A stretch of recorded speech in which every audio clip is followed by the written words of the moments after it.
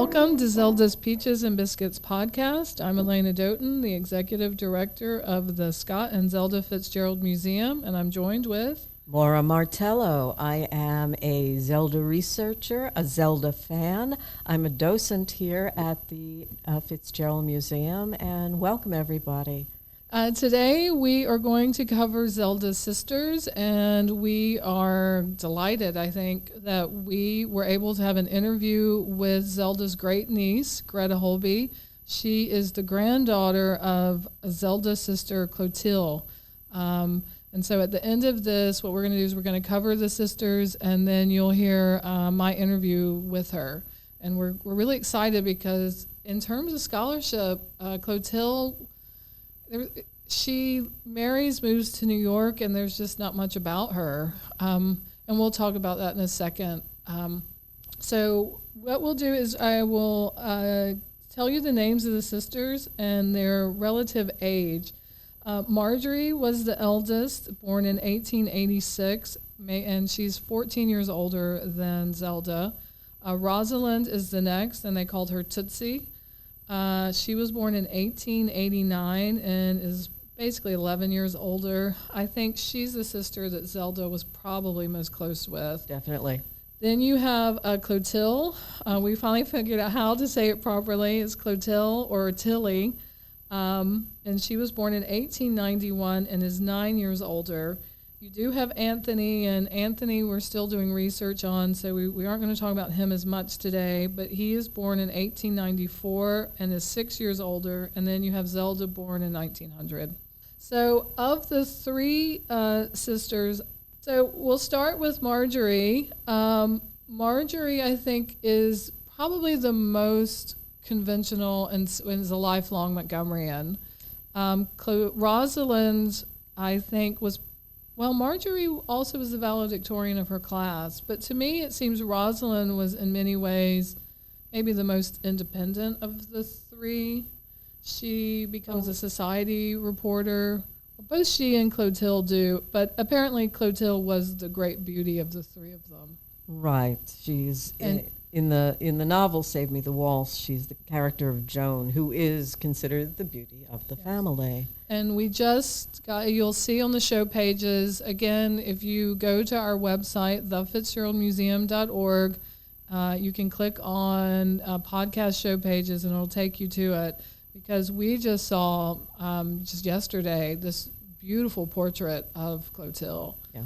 And it was done by Bradshaw Crandall, a very famous illustrator who apparently worked for her husband, who was ran an advertising agency in New York. Mm-hmm. But she clearly is a great beauty, but had very dark hair. So I think she and Zelda look somewhat alike, but Zelda was clearly the fair version. If you look at the portrait, I always notice a slight resemblance to Minnie. That's just my take on it. And sometimes I even wonder if Minnie and Judge Sayre had a certain perfection of features that they almost looked a little bit alike. Maybe. We'll look. We'll post the family photos on the show pages. So Marjorie, going through the newspaper clippings, in 1904, Marjorie wins the honors of the high school's graduating class. She was the valedictorian of her class. And going through the clippings, all of Zelda's siblings, including Anthony, were exemplary students. Yeah. I mean, they were the top of their class. Year after year, you're seeing they're winning awards for that department. And then Zelda, not so much. it almost seems amazing. A wild child, yeah. Well, it almost seems amazing she graduated. It seems like she was her native bored in intelligence school. that got her through in those classes. You know, obviously she was a woman of very high intellectual talent, but she didn't use it. Some people are just not school people. No. It's just an interesting contrast that the three sisters were. I think the three sisters were stars. I think it goes against almost all the narratives, and again, most of the biographies are pretty thin on Alabama. And there's one that says that the sisters weren't inordinately popular, which we found is just not true. Is completely opposite. Yeah. If, for example, when you go through the newspaper clippings, for every one clipping there is of Zelda, there's like 2.5 for Tilde, 3 for Rosalind. I mean, the Sayre sisters were absolute stars. And you think Minnie was a star in this town. Yes. I mean, years after her death, there's an article about how Montgomeryans still miss Mama Sayre and how she eclipsed her famous daughter and son-in-law. That's what really, I think it's 1960 or so. And that's like, well, what, I don't know. And you think, why is she such a star? And in many ways, I think Zelda was not so much living in their shadow, but I think she was but trying to live up to their standard as well. That's an interesting point of view that I hadn't thought of. Did she feel that she had to outshine them because she, as the youngest? And she was the baby. There's the question of whether she was called baby or not. I think Rosalind says no, that she wasn't. And I think you talked about how she wasn't. Apparently, in a letter I know to Fitzgerald, I think, she said that she didn't like a certain type of woman who was called baby by her family when she was in her 50s. So obviously she didn't like it. If she was called baby, she didn't like it. And perhaps she was never called baby. Yeah. That's just somehow gotten into the bloodstream of Zeldiania. Well, that's good. Because we're still going through some of Rosalind's papers, but I think she did say that no, we didn't call her baby. Because everyone else in the family does have these nicknames: Tootsie, Noonie, Tilly. So going back to Marjorie. So she goes on to, she's a school teacher, and she was apparently quite an avid bridge player. And in terms of society, she is spending a lot, their weekly clippings of her at various bridge parties, hosting bridge parties at her parents' house. She goes on to marry Mittel Noble. They have a daughter whom they also name Marjorie. Marjorie is born about 9 years after Zelda, and her nickname is Noonie. Right. There's all, and I should say that Marjorie was named for Minnie's sister, Marjorie. If that clears it all up for you. Yes. So there's when researching the family. I know one of the biographers says that Marjorie tended to be very sickly, but we don't think that this Marjorie, the sister Marjorie, was. So from Zelda's point of view, there's Aunt Marjorie, her mother's sister. There's Marjorie, her sister, and then there's Marjorie, who's Noonie, her niece. So you can see why it gets really complicated. It's possible that people were getting them confused. Because Noonie. I think it's one of your favorite stories. Noonie is who Zelda leaves up the tree. Right. Yes. Right. But we know in the 30s that she was very close with Noonie. They played tennis here. She was very close with Noonie in the 40s. But Noonie, many photographs with Fitzgerald and Zelda. Yes. Noonie, and she was quite beautiful as well. Yes. We have a portrait of her, but she dies quite young. 44. At 40. So we don't know if the biographies, when talking about the various Marjories, if they've somehow mistaken. Yeah, because I initially did when I was going through the newspaper clippings, because Marjorie, Zelda's sister, becomes a school teacher, and then Marjorie, which is Noonie, she also becomes a school teacher. And when you go through the street guides, it has Marjorie at a certain address, and then it has, I think it's Mattel. She marries Minor. Is it Brinson? Yes. Brinson, yeah. So then it has Minor Brinson, Marjorie at the same address, and you'll see teacher. And for a while, I didn't realize, because we call her Noonie. That's how she's referred to in the family, and then you realize, oh, wait, these are two separate Marjories. So then I had to go back through and figure out that timeline. You know, you did this incredible compilation of events in the lives of the sisters. And, you know, if Marjorie, Zelda's sister, was supposedly a sickly, you could not get that impression reading your list of events. Yeah. So people that we're talking about is we have made, or I have made over, like, I guess 2-3 years now of research. Anytime I have a date, whether it be from a newspaper clipping, from Scott's ledger, you know, he has dates in there. Basically, I've gone through, beginning with Zelda's family all the way through Scotty, and made a chronology of information that we know. And when you add all of those together for all of the family, it really puts a kind of picture together, because you see how active this family is.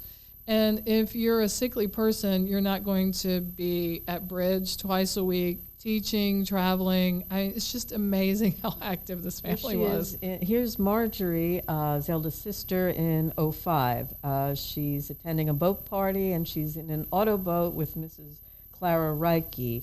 Now she's in Princeton, Kentucky, in half a month later. Then she's back teaching. Then she's attending a dance at Pickett Springs. Yeah, they just don't seem very sickly. I don't want to, I don't want to bore everybody with it, but it goes on for pages. Yeah, and like Rosalind is the most active. So when you look at when one of the biographers read, well, they weren't inordinately popular. Yes, they were. Yeah. They are, and let's jump to Clotilde. One of the things when I was looking through clippings that what started me on the clippings is we have someone gave us here at the museum newspaper clippings about the family, I think beginning in the 60s and onward. And in there was a clipping about how the Sayre daughters were always winning all of these competitions.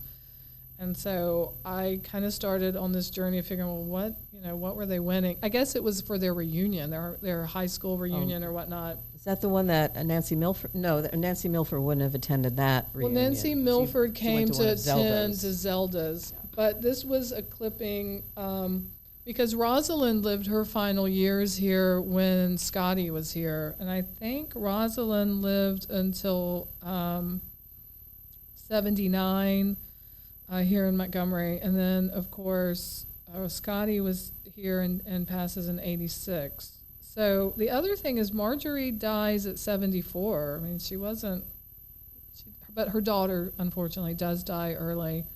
Yeah. So if you look at Minnie lives into her 90s, Clotilde lives to 95, Rosalind lives till she's 90, Marjorie lives till she's 74, but she had lost her daughter, her husband, and then her mother, all in succession. So you just think, this poor woman. Yeah. Yeah. I mean, it was daughter, husband, and mother, and her mother dies in 58 and she dies in 60. So it's almost, you have the grieving spouse, it's that 2-year window. So she lost her 3 closest in that. So. And the other thing that I mentioned to you, I don't know how much you agree with this, but we do know that the interstate is starting to go through their neighborhood. Yes. And homes are being lost, and we do know that Minnie's house is gone. Both Minnie and Marjorie's house. Yeah. We, in the last couple of days, have been trying to unravel what happened to the Sayre Street house. And because we're jumping ahead a little bit, but the idea that when Zelda's mother, when her father dies, her mother downsizes from a 5-bedroom to what we found out is now a 3-bedroom. So the quote-unquote rabbit run next to Marjorie's house was a 3-bedroom, where Marjorie's house next to it was a 2-bedroom on Sayre Street. And so just that narrative, they weren't and you and I have both been Sayre Street, and you can look at Sayre Street. I'll try to maybe put on the show notes the Google Maps page. But their houses are now where the interstate is. They're both gone. So you see in the newspaper beginning in the 50s, and then the final they had sealed bids to raise Minnie's house. It's very complicated because they also renumbered the streets. So you go from 322 and the 300 block, it goes to a 700 it goes to block, 700 block, but remains to this day. But they also reoriented it. So Minnie's house goes from like 322, and Marjorie's next door is 24. And then when they reorient it, they number from the other end of the street, so the numbers then flip-flop. So Minnie's house becomes 36, and then 736, I think, and then Marjorie's becomes 740-something. So you can see that's why it's so hard to unravel all of these things. Exactly. It is very difficult when you're a researcher here in Montgomery, So these are the kind of things, the details that we're trying to make sure that we are accurate. But your point is that not only has Marjorie lost her daughter, then her husband, her mother, but eminent domain to put the interstate through. And the other thing is, how many of these houses did the interstate take? I mean, effectively, the lot is still there for Pleasant Avenue, but that house was raised in part of that original eminent domain. Scotty couldn't save it. It then takes out the two Sayre Street houses. There's another house that the family had, or it was a family house. It's gone as well. And you're like, wow, the interstate just took everyone's home. And then it looks like, if you look at some of the newspaper clippings, it looks like once the interstate went through, it looked like they were trying to sell the properties back to people. Yeah, we'll sell you your lot back. Just no, thank you. Yes. As it remains today, So getting back to Rosalind and Clotilde. Clotilde, she wins a piano in 1911 in a naming the street contest. And what we think is when they name the streets, I haven't been able to find what she actually named them, but we think it's the area where all the street names are named for former presidents. So what she won was a baby grand piano, and we can post that. We have the clipping of the original advertisement, but she wins it, and the piano is worth $850 in 1911. And it's a game I love to play, the inflation calculator. $850 in 1911 adjusted to today is $22,436. Oh, that's some baby grand there. So yeah, and you'll hear in the interview after this section is we asked Greta if her grandmother still had it, and she didn't seem to know. We have the family baby grand, which we are quite confident because we know how it went from Zelda's mother to a family here, and then to us. But wow, that's quite, when they talk about the Sayre daughters winning things, I wonder where that baby grand is today. We may have it. That's the thing that we're going to try to figure out. If that is, in fact, the baby grand that she won. That the Fitzgerald Museum now owns. Yes. Okay. Because in the ad, we have the Star Baby Grand. In the ad, it's a different brand, but that's something that we are going to try to unravel. Because we did, if you don't know, the Fitzgerald Museum was able to purchase the family baby grand. The family that we got it from, they preferred not to be named, but when we called, it's a somewhat prominent family. We know that the gentleman that we talked to, his grandparents knew Scott and Zelda, and when we asked, he told me the family story behind the piano, that when Zelda's father died, Zelda arranged for the piano to be given to his grandmother, who was a friend of hers because her mother was moving. And I said, well, do you have anything to, because there's no provenance. And he says, oh, I have Scott's letters to my grandfather. So you're like, okay, thanks. Maybe one day we'll. So hopefully we will get them. But again, I think it also illustrates that there is still a reticence. They prefer not to have their name with the piano, I think because of Scott. And so that there's still this reticence of the grandchildren of some of these people because of basically the thing was that Scott had, I think, hit on the grandmother and had written a letter of apology. And so it's kind of this indiscretion. When you say hit on? He was drunk and made a pass at the grandmother. All right. And and the family just, Oops. So this is the hard thing in Montgomery is people will tell you, but they don't want to tell you on the record because there's always either, some indiscretion or something eccentric, which they consider an indiscretion. And a lot of them are, when you hear by today's standards, they seem very charming. Yeah. But with this generation, they are very reticent to, which is very funny, but it makes it complicated for us. So the other thing about Clotilde and Rosalind is they both worked for the newspaper in some capacity. We know that Rosalind was a society newspaper editor. She then gets a more prominent position in. I think she goes to Birmingham. She goes to Birmingham. When the story that I've heard locally is that when she couldn't become a standard reporter, that she left it, returned to Montgomery, and then began to work at the bank. It is known, and I think it's in the Romantic Egoist, it's confirmed, and I found clippings that also indicate, the street guides say that she's a clerk at First National Bank, and I think that's where she meets her husband, Newman Smith, before World War I. But she becomes the first woman to work at a bank. And again, these are extremely independent women.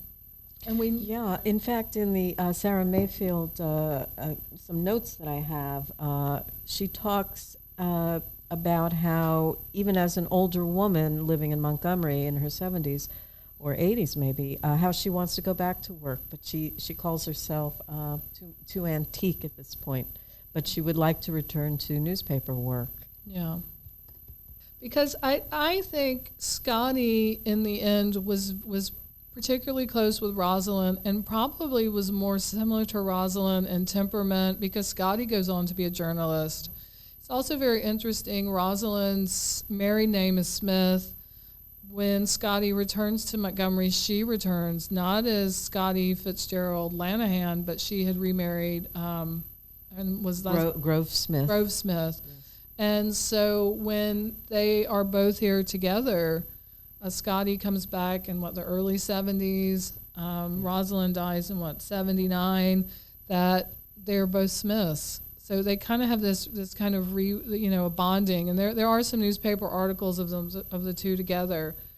In 1915, there is an interview that Minnie gives, and it's another one of these judiciary articles. And I'm just going to read a little bit of it.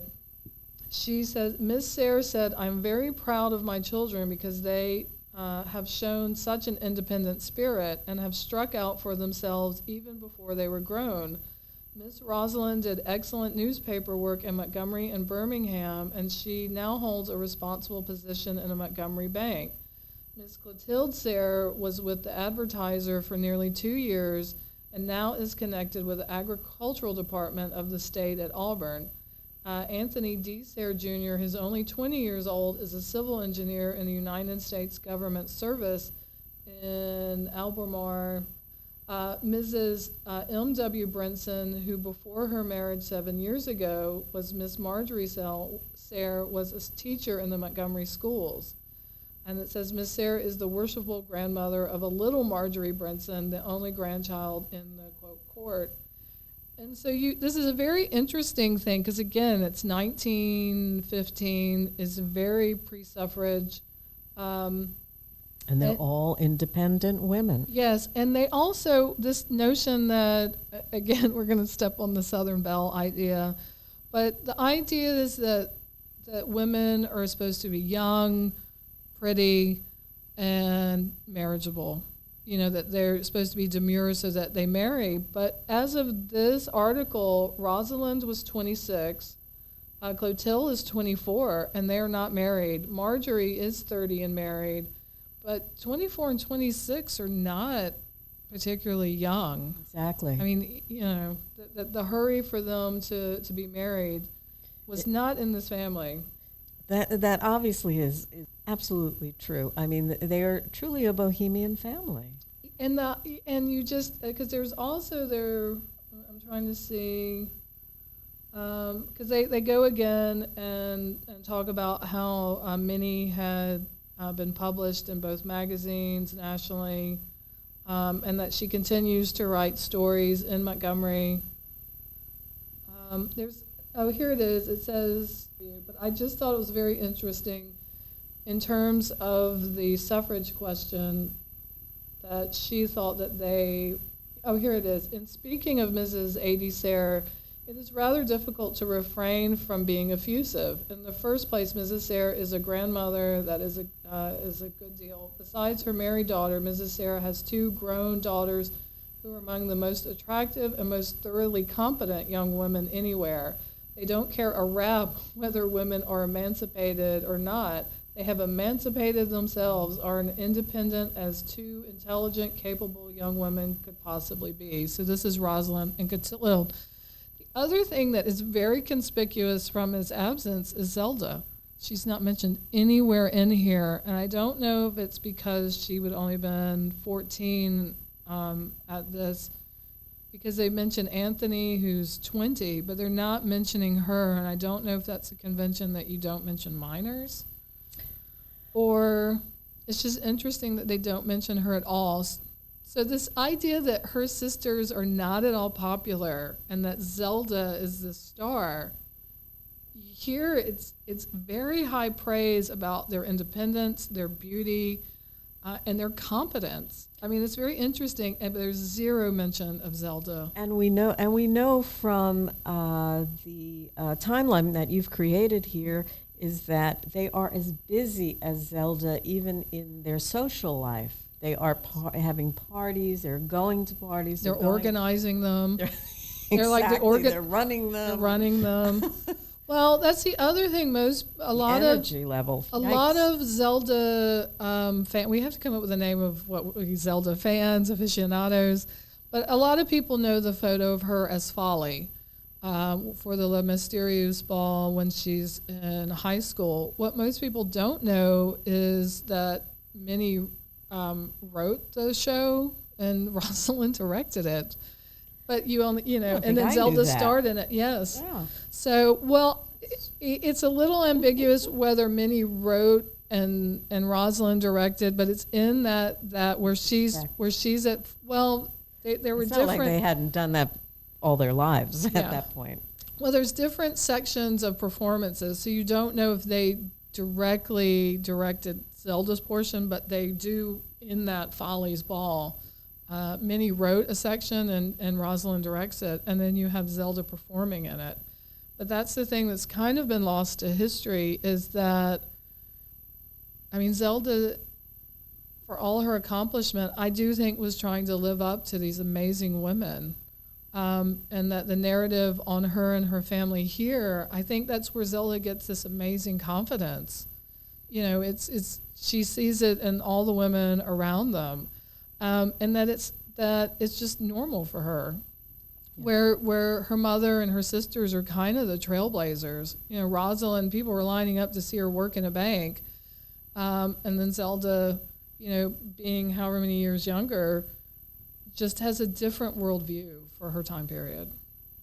The other thing that's very interesting about Rosalind and Clotilde is they are the first Alabamians to write a screenplay that was produced. I have to flip through. It was called The Power of Conscience. If you want, you can go to IMDb, and Rosalind is buried in there as R. Sayre. Her name is not there, but it was King Bagot. King Bagot was really one of the top silent film stars.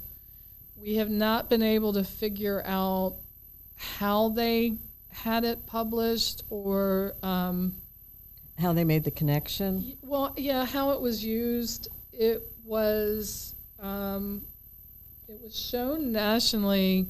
It seemed to do pretty well. It was shown in April of 1912. We have the clipping from it, and it played at the Imperial Theater, or it says the Imperial Film. It says, by request of many of our patrons, we are holding over today the Imperial Film entitled The Power of Conscience, the scenario of same having been written by the daughters of Judge Sayre of the Alabama Supreme Court and a young lady visiting them from Jacksonville, Florida, which is their cousin. This scenario was written by Miss Rosalind and Clotilde Sayre of this city and Ms. Telfair, who was visiting with them at the time.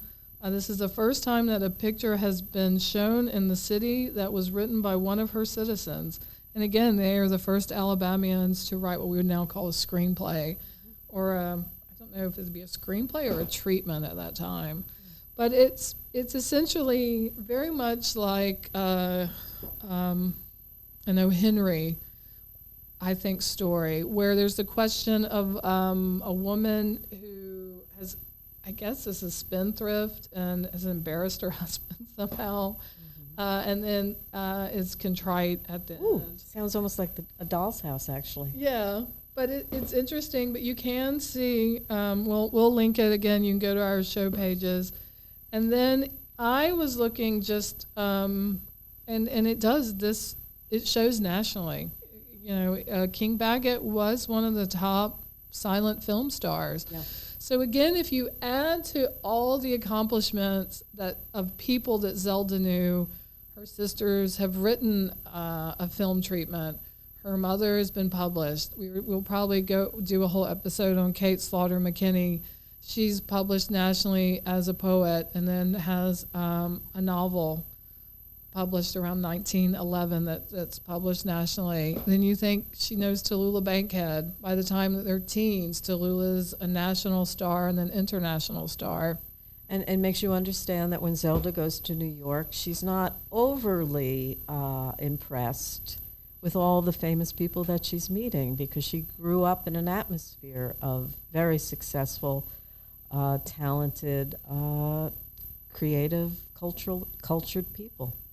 Yeah, and that she probably feels at home with them, because, you know, I don't think that she was maybe condescending.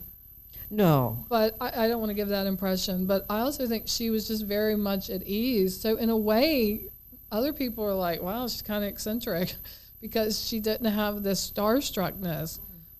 But in a way, you know, if it's what you're used to, yeah. I think it's the idea that even then, kind of still now, the stereotype about Alabama or the South is that you kind of, you know, they're simpletons, or we're all Forrest Gump or something. Yeah. And that it's just really not that way. And so when you go elsewhere, there's kind of that friction between North and South. That stereotype was there in those days as well? Well, you see it, I think, in the description of some of Scott's classmates. I think you read Alexander? We'll have to look at it. McKay. Hit the excerpts from his diary are in the Andrew Turnbull.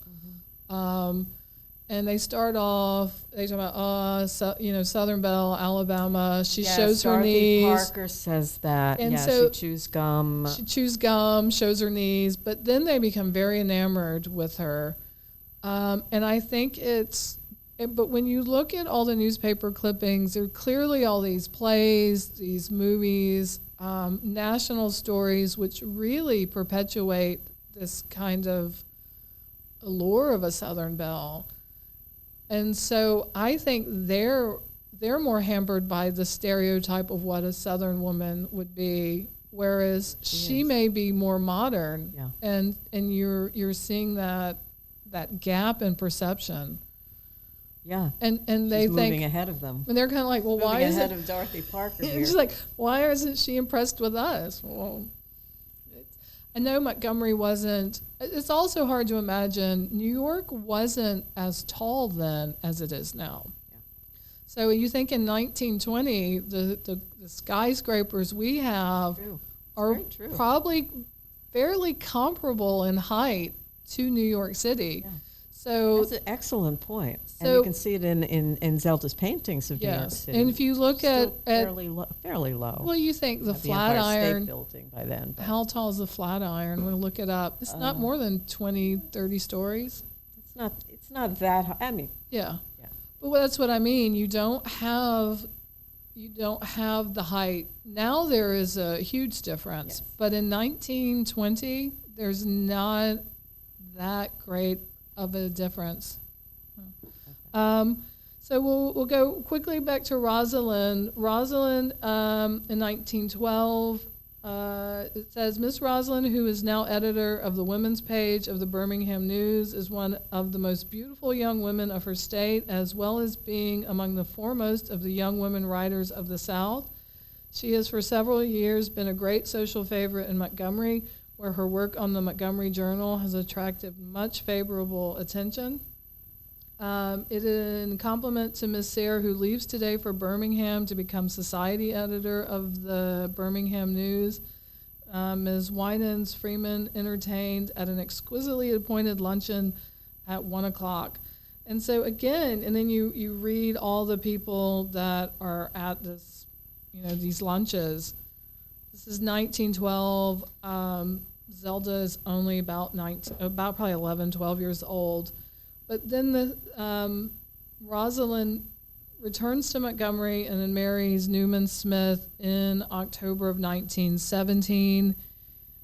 He then is deployed to Europe. He survives the Battle of the Argonne. He survives being gassed. But during this time, Rosalind moves back in with her parents while, so from when Zelda is 16 to really almost 19, when the war comes to a conclusion and then Newman comes home, Rosalind is back at 6 Pleasant Avenue. So I think Rosalind was a huge influence on her. And you see in Save Me the Waltz that she's Dixie, that that she speaks so highly of her. Yeah, in Save Me the Waltz. They're sort of inseparable in the early part of the novel. They influence each other. The character of Dixie allows the character of Alabama to choreograph a dance that they're putting on at the downtown, at the auditorium downtown. You see this symbiotic relationship. They're very, very close. And you also see Rosalind has a kind of contraband photo called September Morn, which is an early nude. She has, kind of pushing the norms. But you also see the friction between Alabama, which is Zelda's character, and Joan, which is Clotilde's character. Yeah, they had a more... Yeah, Clotilde, the Joan character is always upset that Alabama's getting her way. But it's also, there's no Marjorie. There's no third sister. But again, she was 14 years older. Mm-hmm. So even at 10, I'm just trying to figure out at what age Marjorie would have been out of the house by the time Zelda was 4 or 5. So I was always wondering if there was maybe a snub there, but there's not. It's just I doubt it, yeah. She just wasn't. And maybe there was also just a literary choice. Yes, because there's also no brother in there the either. amount of characters she has. Yeah, the brother is not in the book either, Anthony Jr. So I would just imagine it was a literary choice on her part to concentrate on the 2 sisters she was probably closest to in the home. And it's also it's interesting that you have such different personalities that I guess for drama you would want one that you're close to, one that there's friction with, but that does seem to have been the case in life. It's pretty accurate, I think, to Zelda's true life story. I do think the book is highly autobiographical.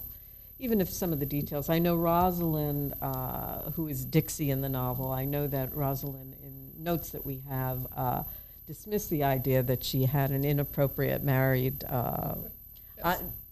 I wouldn't use the term lover, but she was in those dating days him. they did call people lovers, even if you Lover, or the term to make love simply meant to kiss. exactly. And then the reason we say make love now is because it becomes a euphemism. Yeah, so it's just how the language. Because if you kind of in Edwardian novels, they go, and the lovers make love, and you're like, what? And it just means they kissed. Yeah, yeah. That's exactly right. As we kind of close this one out, after this, you will hear the interview that we had with Greta Holby. But the thing that was very interesting, I thought, and I think you did too, is she mentions reading Save Me the Waltz when she is in college and it being influential to her, and then her mother saying, "Oh, that's your great aunt."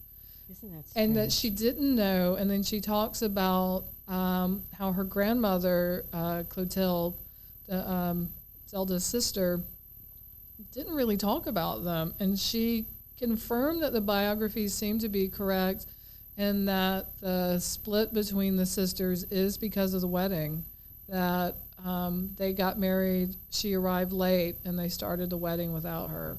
Yeah, and that seems to have been a rift that was never repaired. Yeah, it's too bad. The other thing is right before you hear it, we want to also mention that we were very impressed the artistic legacy of Clotilde's family.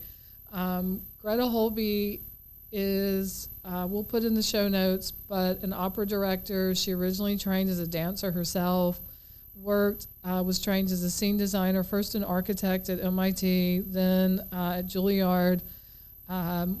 You'll hear she kind of supported herself as a dancer, as a drafts person for a designer, goes on to work with Philip Glass, and is now director of what she calls New Opera. Her sister was a very prominent model in the 80s and was really Ralph Lauren's muse. We'll post some of those pictures. Very stunningly beautiful women. And her model's name, she just went by the single name Clotilde after her grandmother. So again, we're like three, and her aunt was, so Greta Holby, Clotilde has a son and then a daughter, and her daughter is named Clotilde. And then Greta's sister's professional model's name is Clotilde. So we've got yet another group of between Marjorie and Clotilde. But yeah, so you can see how it's a little difficult, but again, just a really rich cultural legacy. If you think about Minnie being so musical, and that her, I guess, great granddaughters are opera directors, dancers. Got 2 centuries of it. And just, these, and you just hear these descriptions of Clotilde and Rosalind, that they're not only beautiful, but they're extremely competent and extremely talented women. Clotilde was considered the beauty of the family. Yes. Beyond Zelda. Yes, but she also is writing for the newspaper, and you'll hear her husband was a major advertising executive in New York at that time. But you just think of the rich cultural legacy this family has, and in terms of scholarship, Clotilde has kind of been this mystery because she moves to New York and then has very little contact, particularly with Scott and Zelda, so she's not in the biographies because there seems to be that separation. But it's just really interesting to know that the legacy, if you look at Minnie, and then Rosalind and Newman never had children. My assumption is that it's probably because of war injury on his part. I mean, he's gassed and whatnot. But to see such a really beautiful, rich legacy, and of course we met the other 2 grandsons, that it's really nice to know that Scott and Zelda seem to have this tragic end, that this family really has grown beautifully. Yeah. And to see Minnie, who I think survived, 3 children? The baby that dies at 2 years old, then Anthony, and then Zelda, that her legacy. And then her grandchild, one of her grandchildren. Yeah. She sees Indomitable woman. So to see that her legacy is still so strong and so beautiful is really heartening, I think. So we hope you enjoyed this. As usual, please check out our Instagram, our show page. We do have a Zelda's Peaches and Biscuits Facebook group, which you can join. All of this info will be on the show notes, which is at thefitzgeraldmuseum.org.